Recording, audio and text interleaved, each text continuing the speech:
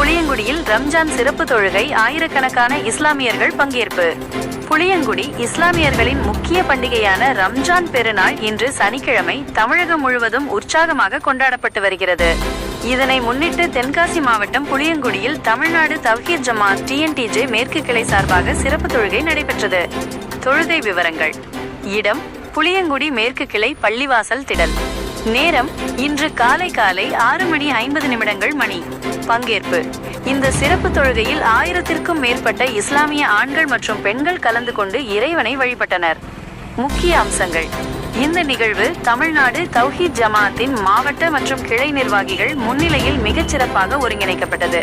தொழுகையின் முடிவில் உலக அமைதி மற்றும் சகோதரத்துவத்திற்காக பிரார்த்தனைகள் செய்யப்பட்டன. தொழுகை முடிந்த பின் இஸ்லாமியர்கள் ஒருவருக்கொருவர் கட்டித் தழுவி ரம்ஜான் வாழ்த்துக்களை பகிர்ந்து கொண்டனர்.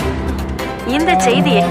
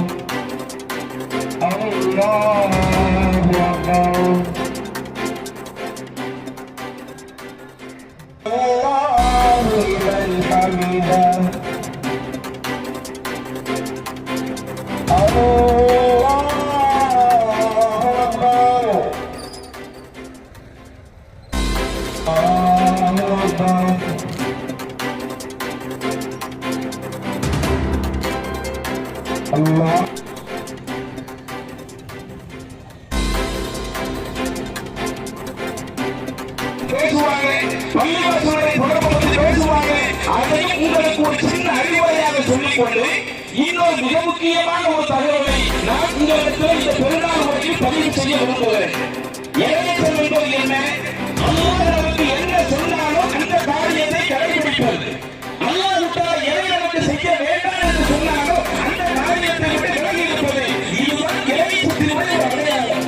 ஆனால் நம்முடைய சமூகம் எப்படி இருக்கிறது?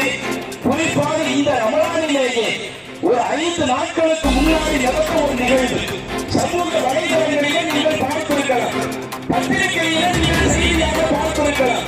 நம்மளுடைய அந்த நெல்லை மாவட்டத்தில் திசையர்களை என்று சொல்லக்கூடிய பகுதியில ஒரு காரில் அது எடுக்கப்பட்ட நிலையில் 4 நபர்கள் அவங்க இறந்து போயிருக்கிறார்கள்.